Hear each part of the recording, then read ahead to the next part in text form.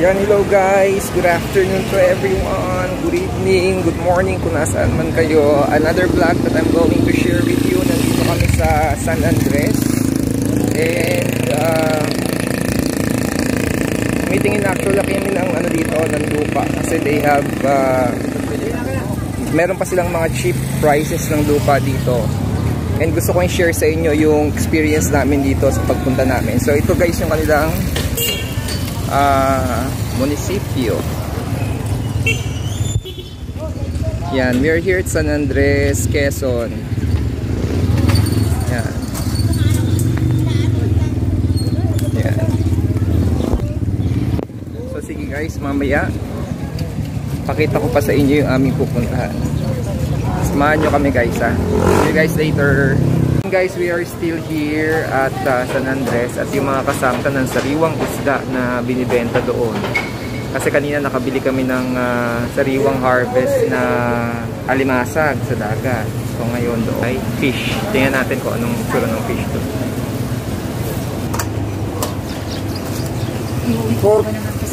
May isihin pa ako. Kayo mas malapit kayo, Manila kayo. Ano, aaswang mo o? Sarap ng Si Ma'am Sir, parang gusto nang bumili. Kung mayroon ka sana tayo pagkakalutuan, ano, isisigaw natin yung ulo. Dito ilangin. 4.9. Tapos marami pa tuna. Slice na yan. Tuna pa rin. Ako rin, may isa pang panga. Yan ang kasarapan dito sa probinsya. Marami ka talaga mabibili ng sariwang isda. Sariwang sariwa. Sariwang sariwa. 500 din sa Manila, yan sa SM 500. Ayan guys, habang tayo'y naghihintay pa sa mga dapat nating gawin, pakita ko lang sa inyo, ito yung People's Park ng San Andres. So ayan guys, ilibot ko kayo sa San Andres for a while habang tayo ay naghihintay. Yan. So ang ganda dito, it's like meron silang park na maliit dito na yan, pwede kayo umikot-ikot dito. Pasok tayo dito. Yan guys, ito ang park ng San Andres dito sa Quezon, para lang makita nyo guys.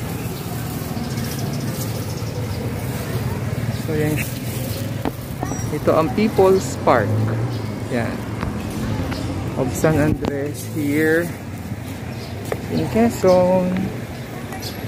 Sama ko kayo guys sa ating biyahe ha. So ayan, yan ang San Andres guys. Yan siya. Yan. So yun ulit guys, mamaya pakita ko dito sa inyo yung ibang lugar dito.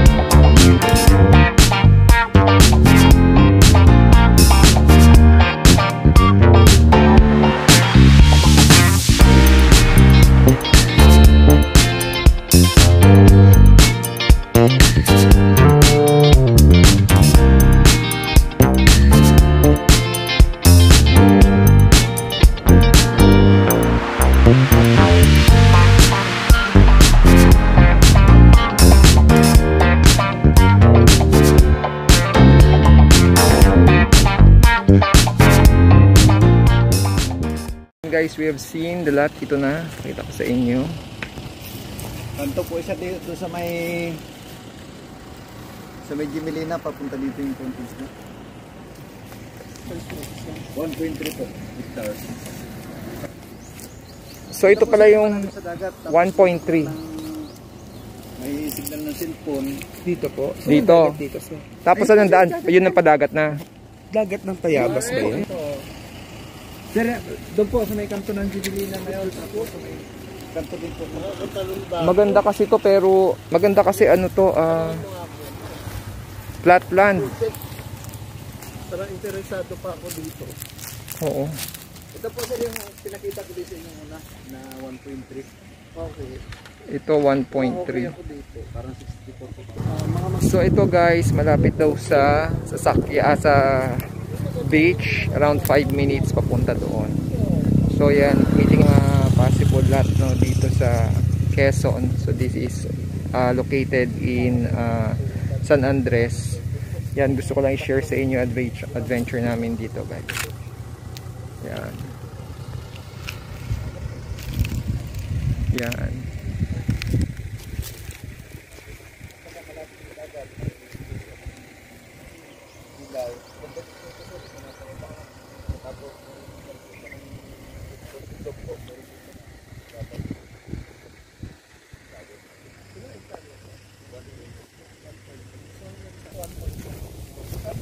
Tingnan natin guys, malapit lang siya kasi sa dagat.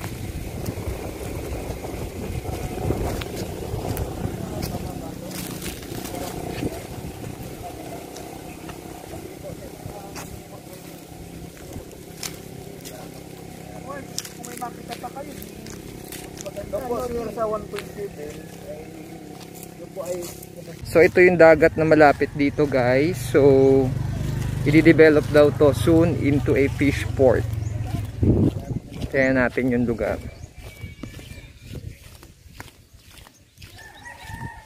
Akala ko naman yung talagang beach na ano pala siya. Ay, kalabaw na earth. I-develop pa siya. Puta oh. Ayan.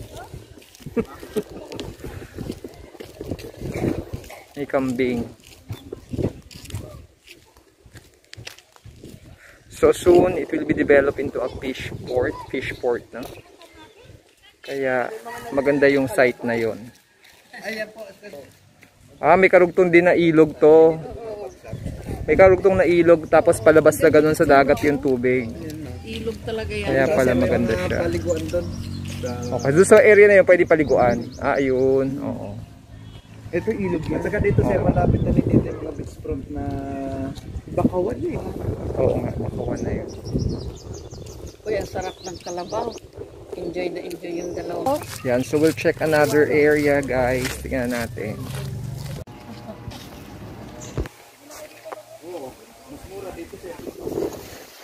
So guys, ito yung last property na titingnan natin for today. Yung beach front. Lapitan natin guys ha. So yan. Ito yung last property dito sa Quezon. So yan. Yan natin guys ha.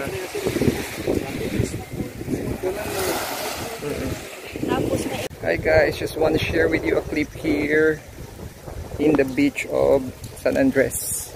Para lang makita nyo guys.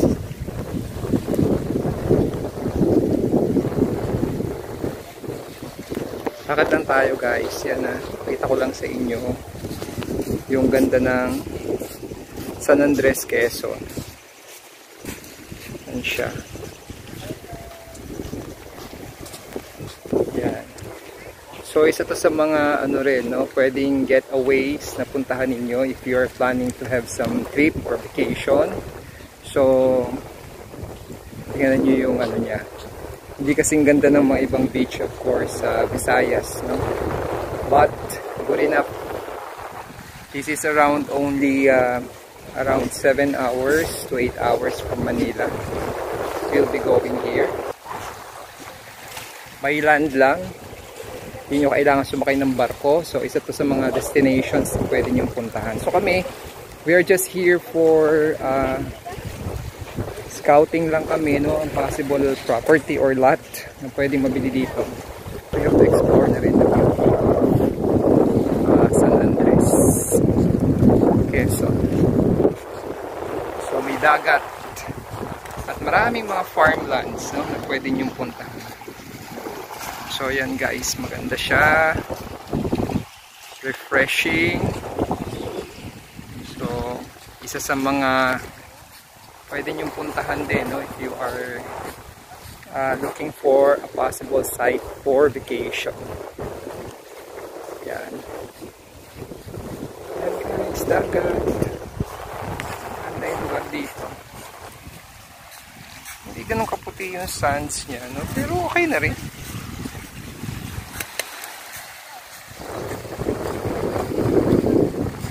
Dami mga beach sites dito na pwedeng puntahan.